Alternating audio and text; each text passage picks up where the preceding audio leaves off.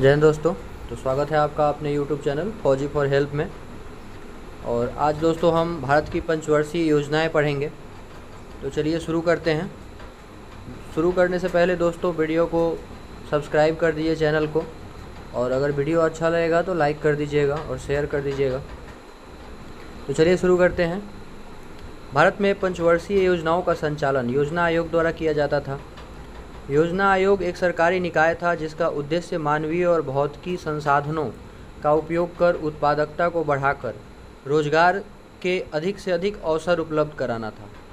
अब दोस्तों था इसलिए यूज हो रहा है कि इसके जगह पे आपको भी पता है नीति आयोग आ गया है। इसके बाद योजना आयोग का गठन जो हुआ था 15 मार्च 1950 को हुआ था। योजना आयोग का गठन 15 मार्च 1950 को हुआ था।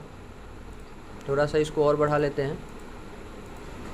इसके बाद योजना आयोग के अध्यक्ष तत्कालीन प्रधानमंत्री होते थे। मतलब जो भी योजना आपका 12 योजना आपकी पंचवर्षीय योजनाएं लागू हुई तो उस टाइम जो भी प्रधानमंत्री होगा वही उसका योजना आयोग का अध्यक्ष होता था। तो प्रथम योजना अध्यक्ष जो थे जवाहरलाल नेहरू थे और प्रथम उपाध्यक्ष गुलजारी लाल नंदा थे। योजना आयोग के दो प्रमुख जिम्मेदारियां थीं: प्राथमिकताओं का निर्धारण करके योजना का निर्माण करना और योजनाओं के लिए संसाधनों का आवंटन करना। योजनाओं के सफल कार्यान्वयन के लिए आवश्यक मशीनरी का निर्धारण करना।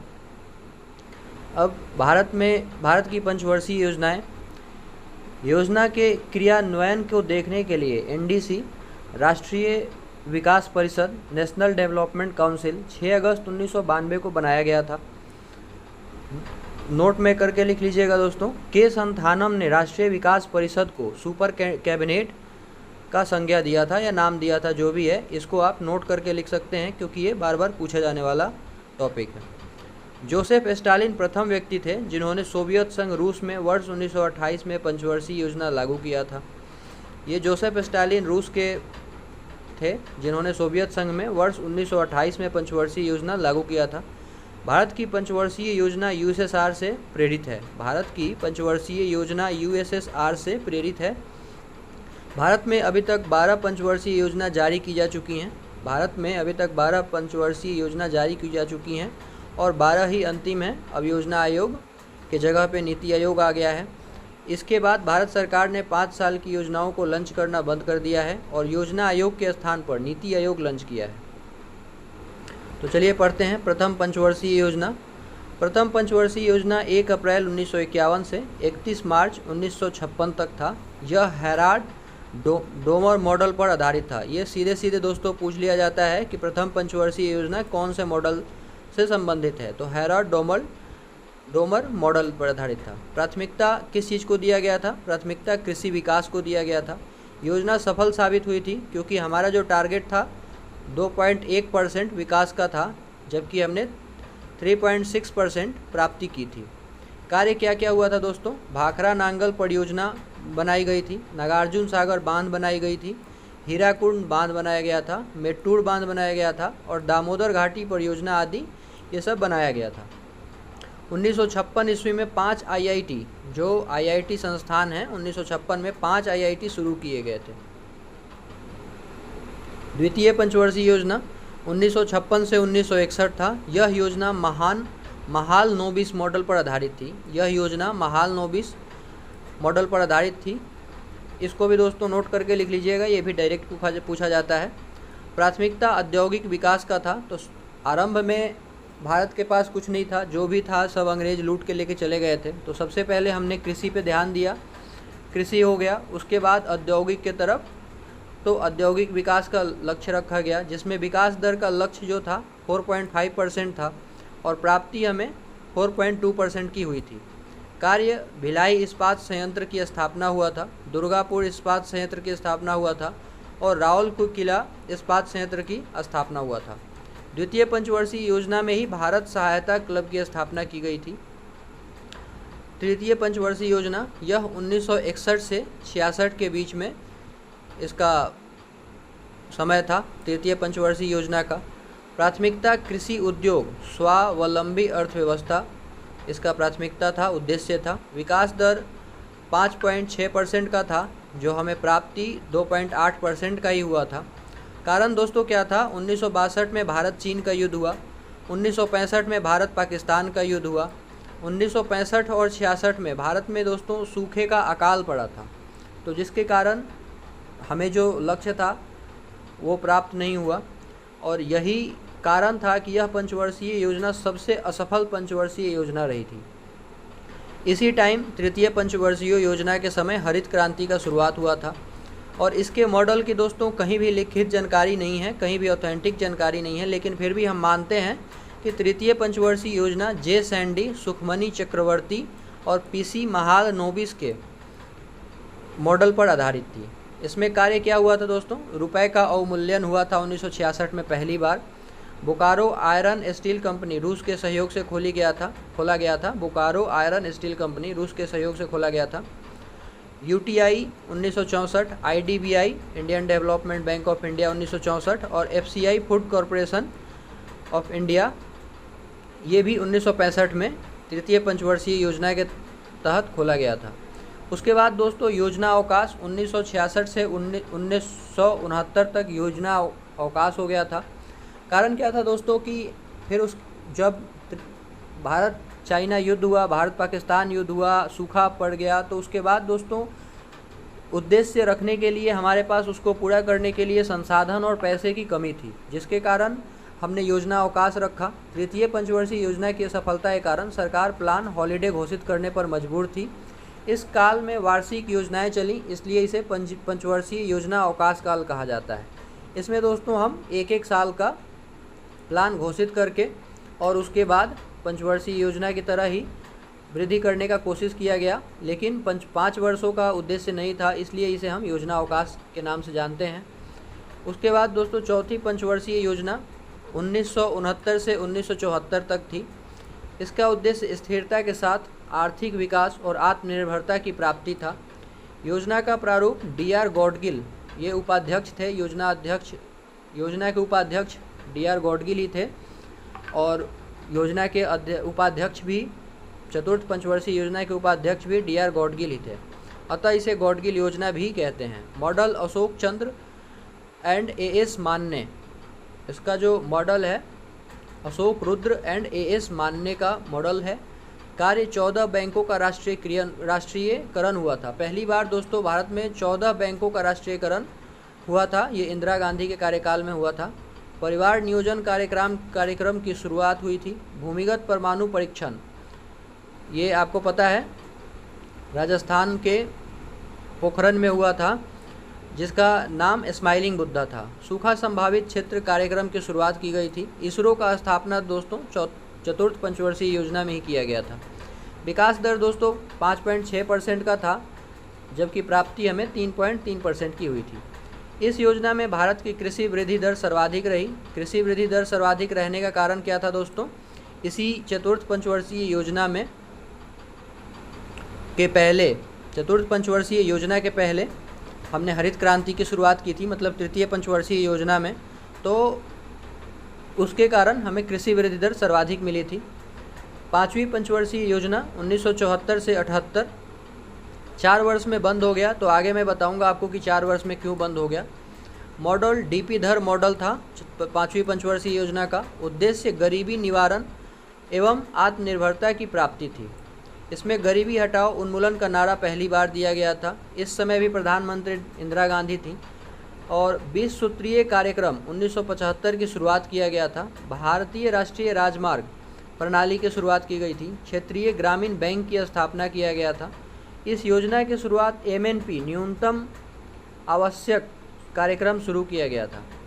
विकास दर दोस्तों 4.4% का लक्ष्य था, जिसमें 4.8% की प्राप्ति हुई थी। इसी पाँचवीं पंचवर्षीय योजना में दोस्तों भारत में आपातकाल की घोषणा हुई थी।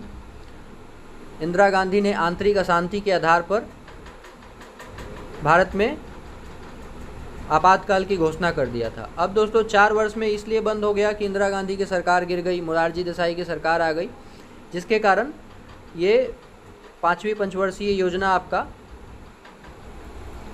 4 वर्ष में ही बंद हो गया था। 4 वर्ष तक इंदिरा गांधी की सरकार चली, उसके बाद मोरारजी देसाई की जनता पार्टी सत्ता पर आई और इस पंचवर्षीय योजना को 1 वर्ष पहले ही खारिज कर दिया और अनवरत योजना रोलिंग प्लान को लागू किया गया। तो मोरारजी देसाई ने रोलिंग प्लान को लागू किया, तो डायरेक्ट पूछता है एग्जाम में कि रोलिंग प्लान को किसने लागू किया। अब दोस्तों रोलिंग प्लान 1978 से 1980 तक रहा। रोलिंग प्लान का तात्पर्य ऐसी योजना से है जिसमें योजना की प्रभावशीलता का मूल्यांकन वार्षिक रूप से किया जाता है और इस मूल्यांकन के आधार पर अगले वर्ष एक नई योजना बनाई जाती है। परिणाम स्वरूप इस पूरी योजना में आवंटन और लक्ष्य दोनों को अपडेट किया जाता है। रोलिंग प्लान को गुरनार मिडरल द्वारा प्रतिपादित एशियन ड्रामा पुस्तक से किया गया था। तो दोस्तों एशियन ड्रामा पुस्तक भी इम्पोर्टेंट है, पूछ लेता है। एशियन ड्रामा पुस्तक गुरनार मिडरल द्वारा लिखा गया था और इसी में रोलिंग प्लान का चर्चा है। तो भारत में लागू करने का श्रेय टीडी लकड़वाला को जाता है। भारत में रोलिंग प्लान लागू करने का श्रेय डीटी लकड़वाला को जाता है। इसके बदले में 1980 में इंदिरा गांधी के फिर से प्रधानमंत्री चुने जाने पर भारतीय राष्ट्रीय कांग्रेस द्वारा इसे खारिज कर दिया गया था और फिर से दोस्तों पंचवर्षीय योजना लाया गया था। तो जैसा कि दोस्तों आप देख रहे हैं 1951 से पंचवर्षीय योजना शुरू हुई और 12 पंचवर्षीय योजना हुई, उसमें 3 योजना अवकाश रहा है और वो दोस्तों 12-12 वर्ष के अंतराल पे रहा है।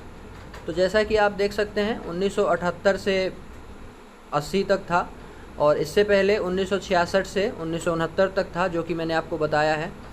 और आगे एक बार और पंचवर्षीय योजना लगेगी। तो चलिए देखते हैं। छठी पंचवर्षीय योजना 1980 से 85। इसका उद्देश्य रोजगार सृजन करना था। नाबार्ड की स्थापना हुई दोस्तों 1982 में शिवरामन समिति की सिफारिश पर। ग्रामीण बेरोजगार के उन्मूलन से संबंधित कार्यक्रम लागू किया गया था। विकास दर 5.2% का था, हमें प्राप्ति हुई थी 5.7% की। छठी पंचवर्षीय योजना, यह पंचवर्षीय योजना अर्थव्यवस्था के लिए एक बड़ी सफलता बनी थी। जो हमारी अर्थव्यवस्था थी, भारत चीन और भारत पाकिस्तान और सूखा अकाल पड़ने के बाद अर्थव्यवस्था हमारी कमज़ोर हुई थी, तो अर्थव्यवस्था के लिए एक बहुत बड़ी सफलता बनी थी। 6 बैंकों का राष्ट्रीयकरण हुआ था दोस्तों। 1982 में एक्जिम एक्सपोर्ट इंपोर्ट बैंक स्थापित किया गया था। इस पंचवर्षीय योजना में नेहरू समाजवाद का दोस्तों अंत हो गया।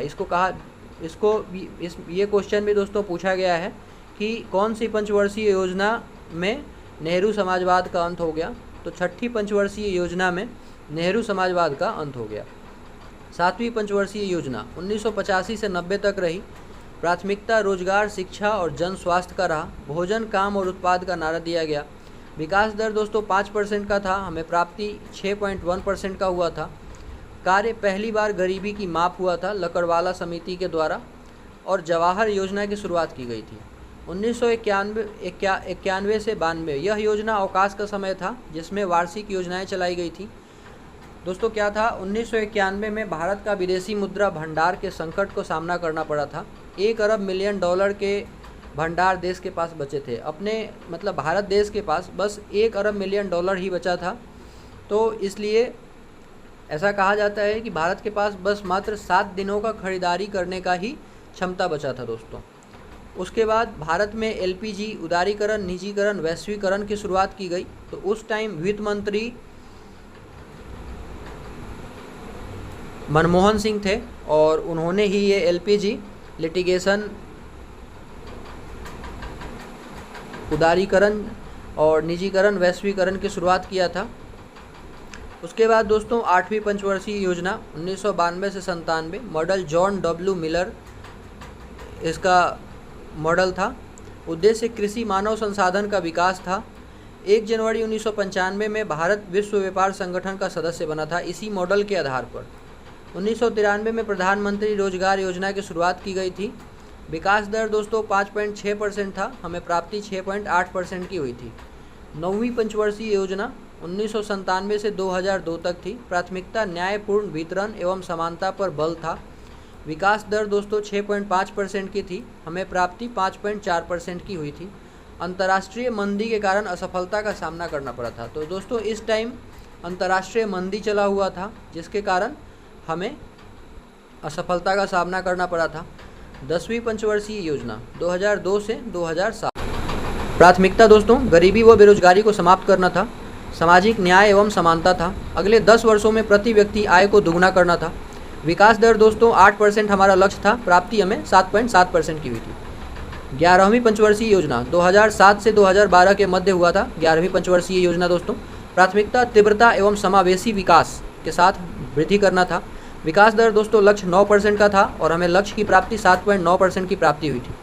कार्य आम आदमी बीमा योजना की शुरुआत की गई थी। प्रधानमंत्री आदर्श ग्राम योजना की शुरुआत की गई थी। शिक्षित बेरोजगारी को 5% से कम करना उद्देश्य था और 5% से अधिक वनारोपण में वृद्धि किया गया था। यह सर्वाधिक वृद्धि वाला पंचवर्षीय योजना था दोस्तों। 11वीं पंचवर्षीय योजना सर्वाधिक वृद्धि वाली पंचवर्षीय योजना थी। अब बात करते हैं दोस्तों 12वीं पंचवर्षीय योजना। यह दोस्तों 2012 से 17 का उद्देश्य था, परंतु 2014 में सरकार बदल गई और उसके बाद 1 जनवरी 2015 को नीति आयोग की स्थापना कर दिया गया। तो 12वीं पंचवर्षीय योजना का उद्देश्य त्वरित समावेशी विकास था। अब नीति आयोग 1 जनवरी 2015 को इसका स्थापना किया गया। 1 जनवरी 2015 में एक प्रस्ताव पारित किया गया था। उस प्रस्ताव के तहत योजना आयोग की जगह एक नई संस्था नीति आयोग अस्तित्व में आई।